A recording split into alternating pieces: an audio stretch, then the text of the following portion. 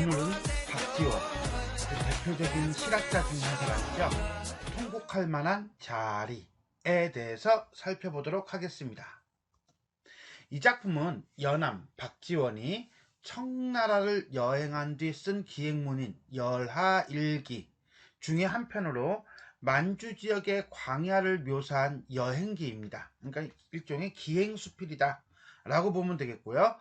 자, 참신한 발상과 비유적 표현이 매우 뛰어나다라는 평가를 받고 있습니다. 새로운 문물과 사상에 깊은 관심을 가졌던 그는 요동벌판에 이르러 드넓은 세계를 만난 기쁨을 울만하다, 통곡할 만하다 라고 표현해요. 그런 식으로 해가지고 적절한 비유와 구체적인 예를 들어서 실감나게 표현하고 있다. 그리고 이렇게 광야를 보면서 울만해? 통곡할 만해? 라고 한 것은 조금 낯설잖아요. 그래서 나름의 어떤 독특한 논리로 설명하고 있어서 우리가 호곡장론이라는 제목으로도 불리곤 합니다. 또 풀이해가지고 참 좋은 울음터이다 라는 제목으로 불리기도 하고요. 그러니까 같은 글인데 이 번역을 하면서 아무래도 한문수필이니까 번역을 하면서 조금씩 제목이 달라지는 그런 형태이다 라고 보시면 되겠습니다. 자, 그럼 우리가 한 구절 한 구절 살펴보도록 하겠습니다. 초 8일 갑신 말다. 자, 초 8일 갑신, 이거는 시간적 배경이겠죠. 말다, 이거는 날씨겠죠. 딱 그러니까 기행문은 기행문인데 마치 뭐 같아요? 그렇죠, 일기 형식이죠. 자, 초 8일 갑신년 초 8일인데 1780년 정조 4년 7월 8일 정도로 이해하시면 되겠습니다. 정사 박명원은 박지원의 8촌형이고요. 당시 북경으로 가는 사절단의 대표였다고 합니다. 같은 가마를 타고 삼류하를 건너 냉정에서 아침밥을 먹었다. 아하! 기행에 뭐가 나타나고 있다? 여정이 나타나고 있다. 우리가 기행문 그러면 여정, 견문, 감상 세 개의 요소를 가지고 있다는 거, 요거는 알고 있겠죠. 안다라고 보고 패스하겠습니다. 10여리 남짓 가서 한 줄기 산기슭을 돌아 나서니 태복? 하인의 이름이에요. 국궁이라고 하는 것은 어떤 윗사람 앞에서 허리를 굽히면서 존경의 뜻을 나타내는 걸 얘기합니다. 말 앞으로 달려나와 땅에 머리를 조아리고 큰 소리로 말하기를 백탑이 현신함을 아래오 한다. 자, 백탑이라는 건 그냥 탑이에요. 하얀 탑이고요. 현신이라고 하는 것은 아랫사람이 윗사람을 향해서 자기 몸을 드러내는 거예요. 안녕하세요 라고 하는 거예요. 그러면 백탑이 와서 자기 모습을 드러내고 있습니다 라고 하는 거죠. 말이 돼? 이게 말이야 방구야. 백탑이 모습을 드러내는 겁니까? 내가 백탑 쪽으로 가고 있는 겁니까? 그렇죠. 백탑 쪽으로 가고 있는 거지 백탑이 모습을 드러내는 건 아니죠. 그러니까 이거는 주객 전도식 표현이고요. 의인화입니다. 결국 백탑이 가까이에 있습니다 라고 표현하고 있다 라고 보시면 되겠네요. 자, 여기까지는 어떤 상황을 제시했어요. 태북으로부터 백탑이 나타날 것임을 들었다 정도로 보시면 되겠네요. 태복이란 자는 정진사의 말을 맡은 하인이다. 산기슭이 아직도 가려 백탑은 보이지 않았다. 말을 채찍질하여 수십 보를 채 못 가서 겨우 산기슭을 벗어나자 장면 바뀌어요. 눈앞이 아찔해지며 눈에 헛것이 오르락내리락하여 현란했다 라고 하는 거 보니까 벌판을 보면서 너무 넓으니까 눈앞이 어질어질하면서 현기증이 일어나는 거야. 와우, 대단하죠? 아마 높은 산에 올라가서 쫙 넓은 경치를 보는 그런 느낌? 이 정도가 될 것 같아요. 나는 오늘에서야 비로소 사람이란 본디 어디고부터 의지하는 데가 없이 다만 하늘을 이고 땅을 밟는 채 다니는 존재, 한마디로 매우 보잘것없고 미약한 존재임을 알았다. 깨달음. 말을 멈추고 사방을 돌아보다가 나도 모르게 부지불식간에 손을 이마에 대고 말을 했다. 와우, 매우 베리매니마치하게 좋은 울음터이로다. 한바탕 울어볼만 하구나. 자, 시야가 빵 터진 요동 벌판을 보면서 자, 아주 좋은 울음터라고 표현을 하고 있습니다. 자, 그러니까 이거는 뭐야? 글쓴이가 일반적인 사고방식을 가지고 있는 사람은 아니다. 상당히 개성적인 사고방식을 가지고 있다. 라고 보시면 되겠습니다. 자, 이 작품은 기승전결 4단계로 이루어져 있다라고 한다면 여기까지가 기가 되면서요. 요동벌판을 보며 좋은 울음터라고 말하고 있습니다. 다음 승으로 가볼까요? 정진사가 옆에 있던 사람이죠. 오, 이 천지간에 이런 넓은 곳을 만나서 울고 싶다니 그게 무슨 말씀이요? 라고 이야기하였다.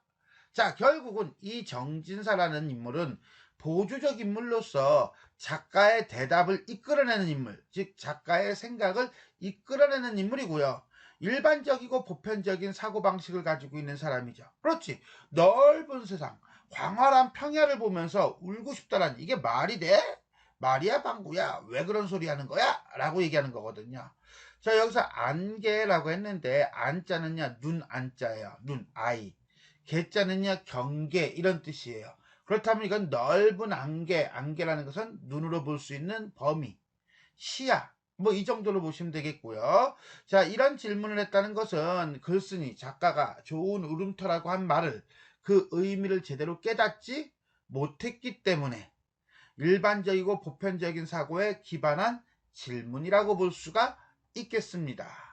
자, 정진사가 묻네요. 내가 울고 싶어하는 이유를 묻고 있어요. 왜 그러죠? 라고. 아, 참 그렇겠네. 맞아. 네 말도 맞네. 상대의 어떤 질문이라든가 의문 제기에 인정하고 들어가. 그러나 but 아니거든. 바로 뒤집어 버리네. 말하기 방식 중에 하나죠. 천고의 영웅은 잘 울고 미인은 눈물이 많다지만 불과 두어 줄기 소리 없는 눈물이 그저 옷깃을 스쳤을 뿐이다. 우리가 흔히 생각하는 일반적인 울음의 예이군요. 하지만 작가는 이렇게 뿐이요 라는 말을 썼으니까 작가가 생각하는 울음은 이런 울음이 아닐 거예요. 아직까지 그 울음소리가 쇠나돌에서 짜 나온 듯하여 천지에 가득 찼다는 소리를 들어보지 못했다 라고 하는 거 보니까 여기는 설명을 안 써놨는데, 자, 울음소리가 쇠나돌에서 짜 나온 듯하여 천지에 가득 차는 경우, 이게 바로 이제 뭐예요? 작가가 생각하는 울음이죠. 여기다 이따 이렇게 해놓을게요. 작가가 생각하는 울음은 바로 쇠나 돌에서 짜 나온 듯하여 천지에 가득 차는 그런 울음을 의미한다 라고 보시면 되겠어요. 사람들은 다만 안다는 것은 희노애락 애오욕 7정 중에서 우리가 4단 7정 하면서 윤리 시간이라든가 철학 시간에 배웠나요? 그 4단 7정이 7정이에요. 기쁨과 노함과 슬픔과 즐거움과 사랑과 미움과 욕구, 욕망. 슬픈 감정 애만이 울음을 자아내는 줄 알았지.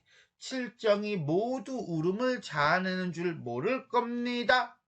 자, 슬픈 감정만이 울음을 자아낸다는 것은 보편적 사고, 통념이라고 본다면 7정이 모두 울음을 자아낸다는 것은 작가의 어떤 생각, 그러니까는 보편적 사고에 대한 비판 정도로 보시면 돼요. 기쁨이 극에 달하면 울게 되고, 노여움이 사무치면 울게 되고, 즐거움이 극에 달하면 울게 되고, 사랑이 사무치면 울게 되고, 미움이 극에 달하여도 울게 되고, 욕심이 사무치면 울게 되니. 자, 여기서 공통점이 있어요? 있어야 돼요. 자, 극에 달하다 내지는 사무치다. 어떤 감정이 기쁨이 됐든 노여움이 됐든 즐거움이 됐든 사랑이 됐든 미움이 됐든 욕심이 됐든 아니 슬픔이 됐든 그 감정이 극에 달하면 내지는 사무치면 뭐해? 울게 된다는 거예요. 울음이란 결국은 감정이 극에 달해서 사무쳤을 때 나타나는 것이다. 이게 이제는 글쓴이의 주장을 뒷받침하는 예가 되겠네요. 답답하고 울적한 감정을 확 풀어버리는 것으로 소리쳐 우는 것보다 더 빠른 방법은 없소이다. 한마디로 이건 뭐예요? 울음의 효가. 어떤 효가? 억눌리고 울적한 감정, 답답하고 울적한 감정을 확 풀어버린다. 정화한다. 카타르시스죠, 일종의. 울음이란 천지간에 있어서 뇌성병력에 비할 수 있는 게요. 자, 뇌성병력과 울음은 거의 같은 것이다. 뇌성병력, 우레, 천둥을 얘기합니다. 복받쳐 나오는 감정이 이치에 맞아 터지는 것이 웃음과 무엇이 다르겠습니까? 같은 겁니다. 자, 여기까지. 결국은 칠정이 극에 달하면 울게 된다는 나의 대답이 나옵니다. 사람들이 보통 감정은 이러한 지극한 감정을 겪어보지도 못한 채 교묘하게 칠정을 늘어놓고 슬픈 감정에다만 울음을 짜 맞춘 거지요. 슬픔과 울음은 동격이야 라고 사람들이 억지로 꿰어 맞췄다 라고 하는 슬픔과 울음에 대한 일반적 인식을 나타내며, 이러므로 사람이 죽어 초상을 치를 때 억지로라도, 자, 이건 요거죠, 요거. 억지로라도, 극에 달해서가 아니야. 사무쳐서가 아니야. 억지로, 아이고, 어이 하고 부르짖는 거지요. 만약 사람이 죽어서 초상을 치를 때 감정이 극에 달해서 사무쳐서 울었다면 작가는 그거는 울음이라고 보겠죠. 하지만 작가는 억지로 하는 경우는 울음이 아니다. 그런데 왜 이렇게 하느냐? 사람들은 슬플 때만 운다는 생각으로 억지 울음을 우는 것이다. 그리고 이런 거는 참된 울음소리가 아니다 라고 얘기하고 있네요. 그러나 정말 칠정에서 우러나오는 지극하고 참다운 소리는 참고 억눌려 천지 사이에 쌓이고 맺혀서 감히 터져나올 수 없습니다. 이건 뭐야? 감정이 너무 극에 달하면 울음도 안 나온다. 그런 경우도 있다.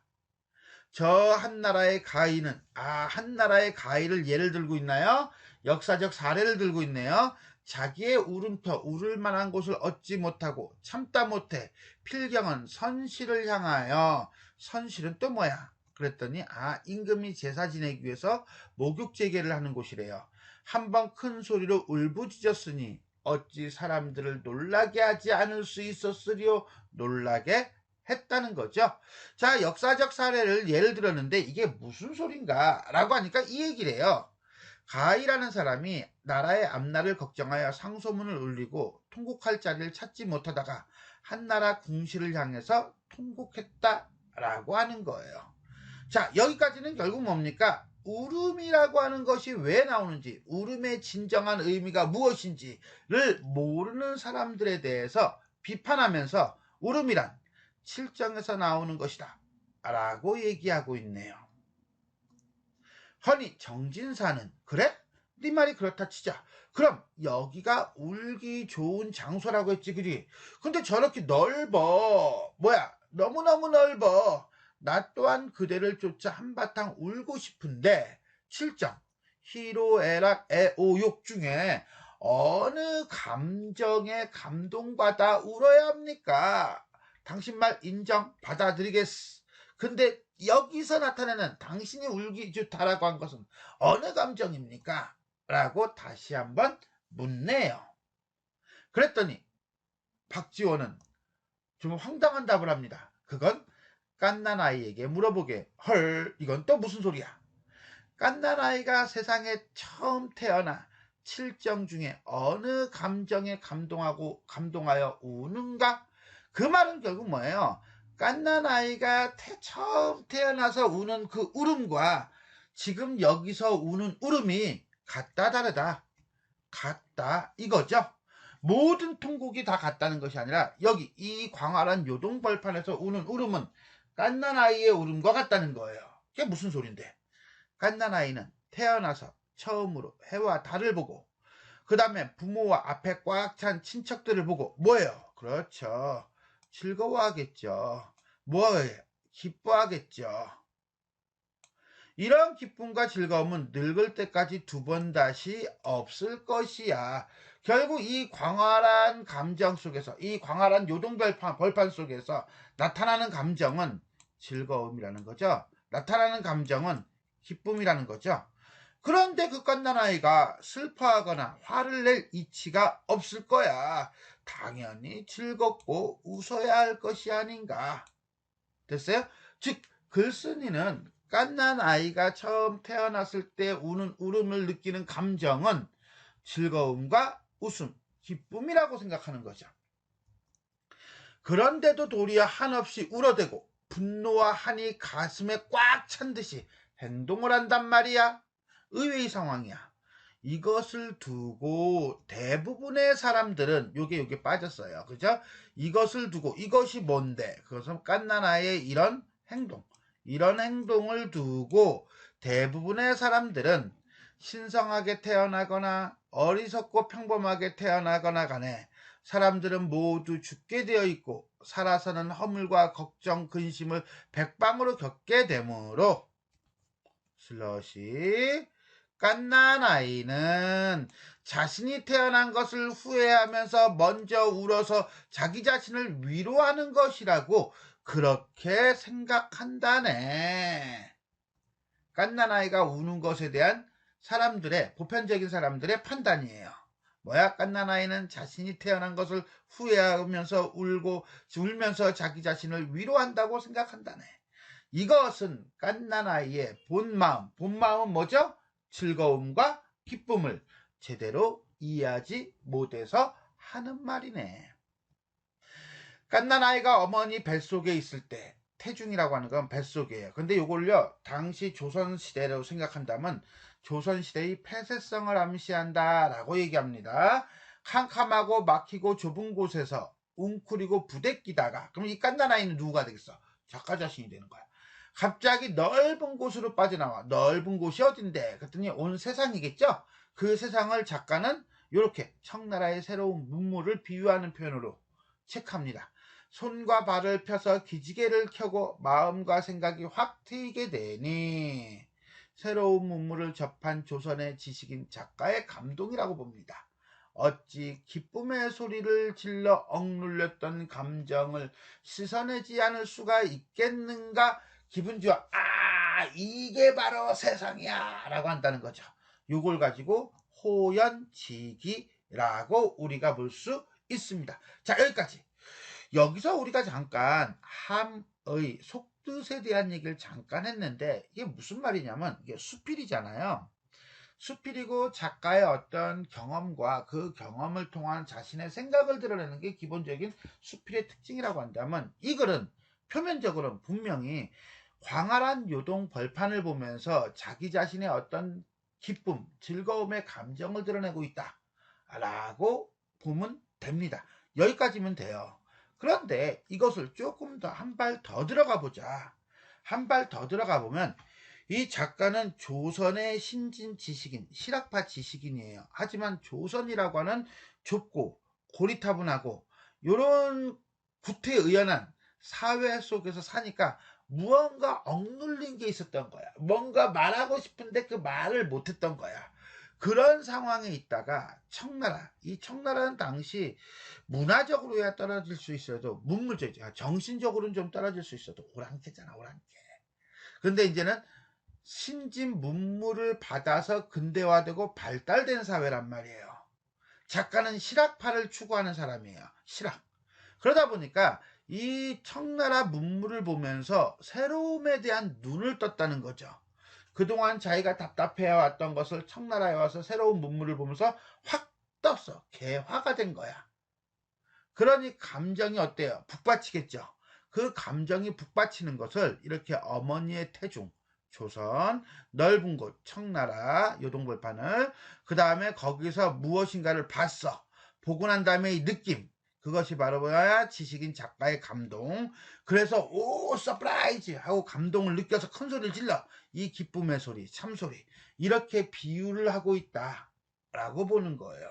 그렇다면 갓난아이와 그 다음에 당시 조선의 시대상, 갓난아이와 작가, 작가와 갓난아이를 동의어로 보면서 이것을 비유적으로 표현하고 있다라고 본다면 갓난아이가 넓은 세상에 나와 우는 것과 같이 요동벌판 내지는 넓은 세상을 바라보고 기쁨으로 통곡할 만한 자리라고 얘기한 거다 라고 우리가 해석을 합니다. 이게 잘 이해가 안 되면요, 그냥 우리는 수험생이니까 외우자 라고 해도 괜찮아요. 이렇게 표를 딱 걸어가지고 이따 뒤에서 한번 정리해 주겠지만 정리를 하는 게 차라리 나을 수도 있습니다. 우리가 문학작품이라든가 이런 것들을 모두 다 이해할 수는 없으니까 그냥 받아들일 수 있는 건 그냥 받아들입시다. 갓난아이가 태어날 때 느끼는 기쁨과 즐거움으로 나는 운다 정도로 이해하시면 돼요. 그러므로 갓난아이의 거짓과 조작이 없는 참소리를 응당 받는다면 나는 어디서 울만할까 그랬더니 금강산 비로봉, 황해도 장현의 금모래사장, 요동들판 이런 쪽이 내가 생각할 때 통곡할 만한 공간이다 라고 얘기하는 거예요. 그러면 금강산 비로봉과 장현의 금모래사장과 요동들판은 어떤 공통점이 있는데 그랬더니 탁 트인 공간으로 호연지기를 느낄 수 있는 공간이다라는 거예요. 동해를 바라보면서 탁 트였어. 그 다음에 이 금모래 사장도 앞에 바다가 있으니까 탁 트였어. 요동들판 지금 보니까 광활한 넓이야. 자, 이래서 뭐해? 하늘 끝과 땅 끝이 마치 악교로 붙인 듯 실로 끄맨 듯 고금의 비와 구름만이 창창하니 여기가 바로 한바탕 울어볼 만한 장소가 아니겠는가 라고 얘기하는 거예요. 자, 여기서 우리는 하나 더, 이렇게 끝이 없이 쫙 펼쳐져 있어가지고 한 방에 넓은 곳을 볼 수 있는 거, 이걸 네 글자로 일망무제라고 한다 라고 보시면 돼요. 여기까지가 결이에요. 그리고 난 다음에 여기서 뭐예요?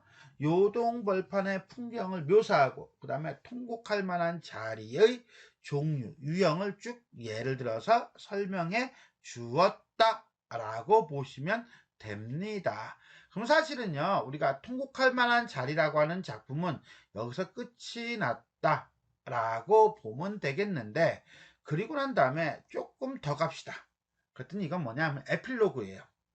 에필로그로 그리고 이제는 이러이러이러한 여정이 있었다라고 보여주는 겁니다. 한낮은 매우 더웠다. 왜? 7월이잖아. 맨 앞에 날짜 보시면 알아요. 말을 달려 고려청 아미장을 지나서 길을 나누어 갔다. 나는 주부라고 하는 건요, 벼슬 이름입니다. 조달동, 변군, 박래원, 정진사, 겸인 2학년과 겸인은 또 뭐야? 청지기, 하인 함께 요동으로 들어갔다. 여정 보여주고 있는 거죠.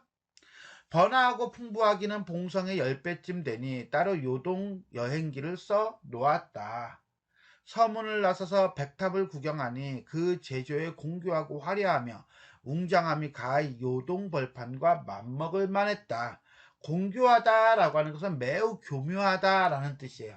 따로 백탑에 대해 적은 백탑기가 뒤에 있다라고 얘기를 해주고 있네요. 자, 이건 결국 뭡니까? 자, 여기 요동벌판에서 이제는 여정이 나와요. 그죠? 고려청으로 갔다가 아미장으로 갔다가 옛 요동으로 갔다가 서문으로 갔다가 백탑으로 갔다 이렇게 쭉 해놓고 마무리를 짓습니다. 그래서 요동벌판을 떠나 중국 여행을 계속했다 라고 보시면 되겠습니다. 이 박지원의 통곡할 만한 자리 호곡 장르는요, 생각보다 좀 길어요. 그래가지고 만약에 모의고사라든가 이런 데 낼 때는 이 뒤에 있는 에필로그 부분이 빠지는 경우가 많습니다. 참고로 알아두고요. 그 다음에 간혹 가다가는요, 미친 척하고 중간에 중략을 넣고서나 지문으로 만들기도 해요. 그 다음에 교과서 같은 경우, 내신 버전인 경우가 있겠죠. 그죠? 그런 경우는 아무래도 번역의 차이가 있어가지고 이 텍스트가 조금씩 다를 수도 있습니다만 큰 내용의 흐름은 대동소이하기 때문에 이 방송 영상을 보는 학생들이 적당히 맞춰서 보시면 틀림은 없을 겁니다. 자, 그러면 전체 정리해 볼까요? 한문수필이고요, 기행수필이다, 체험적이고요, 비유적이고요, 교훈적이다. 주제는 광활한 요동벌판에서 느끼는 감회다. 기본적인 서사 전개 구조는 물음과 대답의 과정이죠. 물음과 대답의 과정을 통해서 주제를 전달하고 있다. 자, 일단 기본적으로 인물 간의 사고방식의 차이를 먼저 알아야 할 것 같아요. 정진사와 글쓴이, 박지원이겠죠? 의 차이를 보면 요동벌판을 보면서 정진사는 그냥 단지 시야가 툭 터진 곳이라고 생각을 해요. 근데 글쓴이는 작가는 울기 좋은 곳, 통곡하기 좋은 곳이라고 얘기합니다. 울기 좋은 곳? 자, 정진사가 생각하는 울음이라고 하는 것은 그냥 슬플 때 우는 거죠. 하지만은 글쓴이는 칠정이 극에 달하면 운다라고 표현을 합니다. 자, 이런 점에서 볼 때 정진사의 사고는 관습적이고 보편적인 사고를 가진 사람이라면 글쓴이 박지원의 사고는 개성적이고 창의적인 사고를 가진 사람이다 라고 볼 수가 있겠습니다. 요 기본 코드를 가지고 우리가 글 전체를 본다면 처음에 글쓴이는 이야기합니다. 요동벌판을 보고 와, 통곡하기 좋은 곳이야 라고 얘기합니다. 그랬더니 정진사가 묻습니다. 와이, 통곡하기 좋은 곳이라니 왜 그런데? 글쓴이가 대답합니다. 칠정이 극에 달하면 울게 되는 거야. 정말 멋있지 않아? 이건 나는 기쁨의 감정이 극에 달했기 때문에 울기 좋은 곳이라고 얘기한 거야. 그래? 받아. 네 대답을 받고 정진사는 묻습니다. 그러면 칠정 중에 어느 거? 라고. 그랬더니 글쓴이가 대답합니다. 깐난아기한테 물어봐. 깐난아기도 넓은 데 보면서 기뻐서 울잖아. 나도 그거야. 기쁨으로 운다. 라고 하는 거예요. 그렇게 함으로써 광활한 요동벌판을 바라보며 통곡할 만한 자리임을 다시 한번 확인을 하는 것으로 마무리를 짓습니다. 흐름 잡죠? 그렇다면 결국은 이건 내용 달라고 묶으면은 1, 2, 3, 4 기승전결 이렇게 정리가 가능하겠습니다. 자, 비유적 표현을 사용해서 주제를 형상화하고 있다라고 했는데 이 비유적 표현은 아까 잠깐 얘기했던 깐난아기의 비유를 가지고 우리가 봐야 될 것 같아요. 자, 깐난아기가 작품이 나왔지만 우리는 함의 글쓴이하고도 같이 봐야 될 거예요. 이 두 개가 묶입니다. 그러니까 결국은 깐난아기와 글쓴이는 이렇게 동격화되어 있다라고 보는 게 맞습니다. 깐난아이? 그래, 어머니 그 좁은 태중에서 나왔어. 글쓴이 나는 지금 좁디 좁은 고리타분하고 구태적인 조선에서 나와서 이 요동벌판을 보고 청나라를 보고 있어. 깐난아기 엄청 울어대. 나도 엄청 울고 싶어. 왜? 그것은 좁고 답답한 곳에서 나와서 넓은 세상을 바라보고 있었기 때문이야. 결국 울음이라고 하는 것은 새로운 것을 접한 기쁨으로 우는 것이야 라고 이렇게 정리가 가능하겠습니다. 자, 지금까지 우리는 박지원의 통곡할 만한 자리에 대해 살펴보았습니다. 지금까지 내용이 도움이 되셨다면 좋아요와 구독 버튼 눌러주시고요. 알람 설정 부탁드리겠습니다. 수고하셨습니다.